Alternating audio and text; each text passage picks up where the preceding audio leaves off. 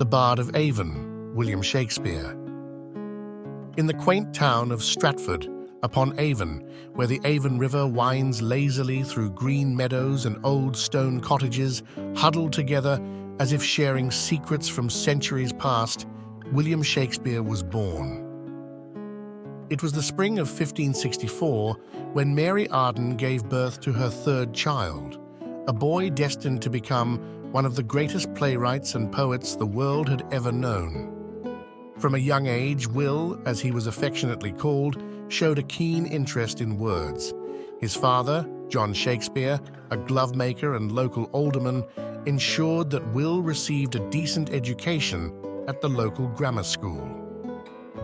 Little did anyone suspect that this boy, who wandered the fields and woods of Stratford, would one day transform the English language and captivate audiences across the globe. Shakespeare's early life in Stratford-upon-Avon provided him with a wealth of experiences that would later find their way into his plays and sonnets. The lively market square, the majestic church where he worshipped, the bustling taverns where tales were spun, all became part of the tapestry of his imagination. At 18, Shakespeare married Anne Hathaway, a woman 8 years his senior. Their union brought forth 3 children, but it was a marriage marked by periods of separation as Shakespeare pursued his ambitions in London. The theatre beckoned, and in the Elizabethan era, London was the heart of theatrical innovation. In the bustling streets of London, Shakespeare found his calling. He became involved with the Lord Chamberlain's Men, a playing company that would later be known as the King's Men under the patronage of King James VI. His early plays, such as Titus Andronicus and the Comedy of Errors, displayed his gift for language and dramatic flair. It was not until the early 1590s that Shakespeare's name began to appear prominently in London's theatrical scene.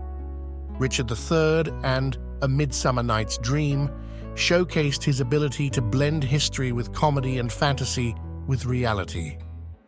His plays were not merely entertainment, they delved into the human condition, exploring themes of love and jealousy, ambition and betrayal. The Globe Theatre, situated on the south bank of the Thames, became synonymous with Shakespeare's works.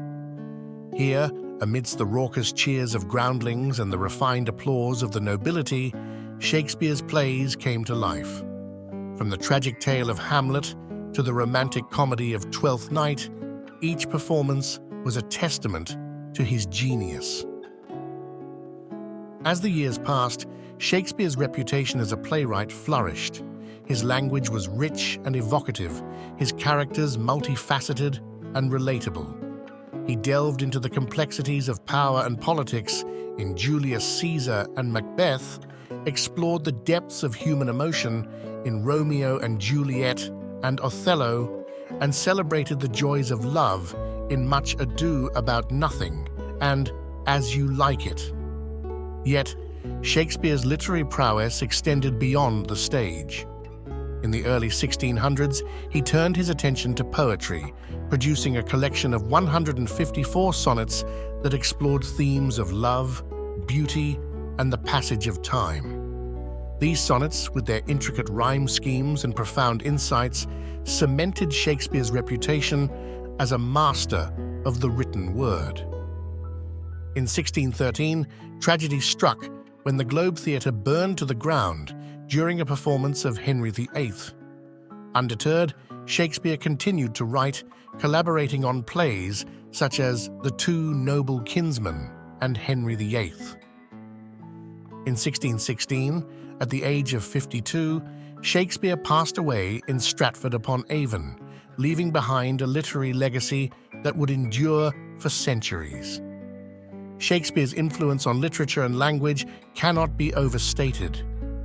His plays have been translated into every major language and adapted into countless films, ballets, and operas. His words have become part of the English lexicon, shaping the way we think and speak about the world around us. In the centuries since his death, scholars and enthusiasts have debated the true identity of the man behind the plays. Some argue that Shakespeare could not have possessed the education or experience necessary to write with such insight and empathy. Others believe that his genius lay in his ability to tap into the universal truths of the human experience, transcending time and place. Regardless of the controversy surrounding his life and works, one thing remains clear. William Shakespeare was, and continues to be, a towering figure in the world of literature. His plays and poems continue to inspire, entertain, and provoke thought, reminding us of the enduring power of words to illuminate the human soul. As the sun sets over the Avon River and the bells of Holy Trinity Church chime in the distance, the spirit of William Shakespeare lives on. In the timeless beauty of to be or not to be, in the bittersweet romance of "Shall I compare thee to a summer's day?" His words echo through the corridors of history, inviting us to ponder the mysteries of life and love and to celebrate the enduring legacy of the Bard of Avon. Thank you for watching. Don't forget to subscribe to Delving into the Deep for regular updates.